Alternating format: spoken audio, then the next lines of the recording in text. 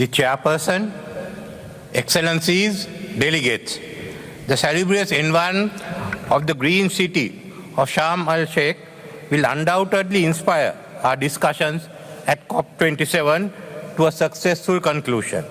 I sincerely thank the Government of Egypt for your warm welcome and hospitality. Mr. Chairman, in order to make my speech brief, I will eliminate the achievements of Sri Lanka in regard to climate change, which will certainly be included in the written speeches. There's only one issue that I refer to in Sri Lanka. Yet for climate action to be successful, wide-ranging measures to complement the UNFCCC and the Paris Agreement must be pursued. The lack of capacity is the biggest obstacle to the implementation of climate action plans. Therefore, capacity building is vital in this regard. To overcome this obstacle, we propose to establish an international climate change university in Sri Lanka with an ancillary institute in Maldives that will be the first of its type.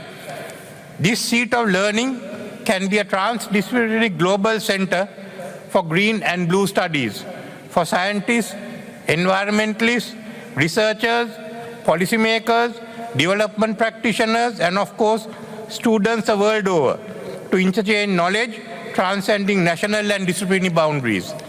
The envisaged Climate Change University will offer both short-term courses and postgraduate academic awards to build capabilities on the mitigating and adapting to climate change. The university will also expedite the skills of the new generations to deliver the political, economic, social, cultural, and digital transformation required to prevent a 1.5 centigrade world. It would be the vehicle to enlighten climate change challenges and prospects domestically. The collaboration of multilateral institutions and organizations such as the Commonwealth, World Bank, and the ADB, amongst others, will be sought for the establishment of the Institute of Higher Learning, making it a multi-stakeholder partnership transcending national boundaries. It's my hope that Sri Lanka's proposal will receive extensive support and endorsement from the international community. Since the prescription for addressing climate change have to be dispensed in the global domain, we will meet again next year, charged with high hopes. However, the checkered implementation of previous decisions, including those of COP26, is extremely disheartening. Regrettably, the ground reality is that the fossil fuel-based industrialized countries of G7 and G20, who have been the main promoters of green hydrogen, are now backtracking to use fossil fuel. In the last year, carbon dioxide emissions increased by 2 billion metric tons, from 3.3 billion to 36.3 billion metric tons. Such double standards are unacceptable. Developed nations should be giving leadership to overcome climate challenges rather than abdicating their responsibilities. It is no secret that climate financing has missed the target. It's ironic that the $100 billion pledged annually have not been available in the coffers to finance climate challenges, as many developed nations deem it fit to renege on their climate financing contributions. These countries, who are also on both sides of the Ukraine war, seem to have no qualms spending for a war which will finally exceed $350 billion, a conflict waged purportedly for security interests of the combatants. The only security at stake is food insecurity, exacerbated to levels not experienced before the war. Many living both in the developed and the developing world are outside the scope of three meals a day. It is estimated that between 30 to 40 million people are being driven into hunger, especially in Africa. This war has also resulted in the upward spiraling cost of living, shortages of oil and gas supplies, and it has brought the fight against hunger to our homes.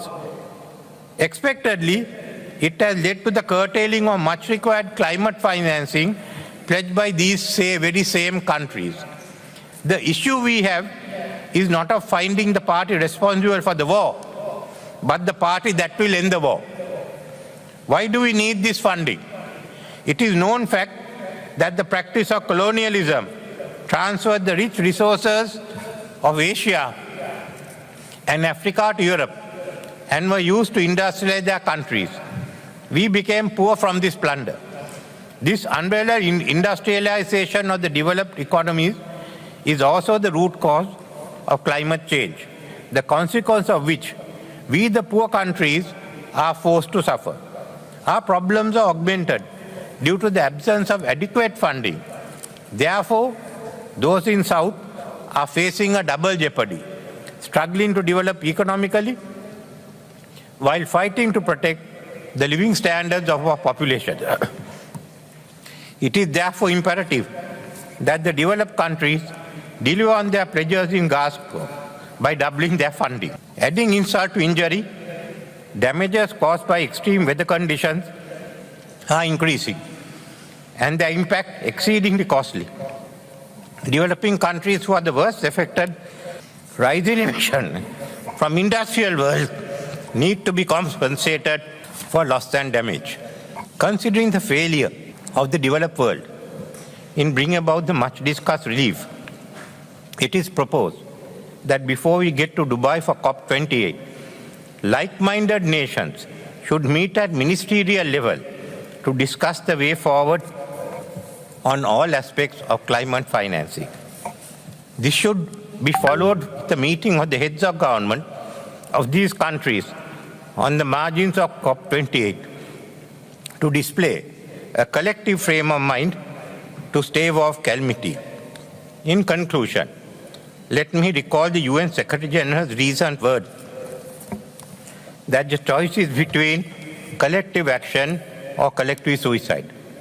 The vacuum created due to inaction now requires the global display of sustained political will by dynamic action and constructive cooperation on the part of like-minded countries to prevent this catastrophe.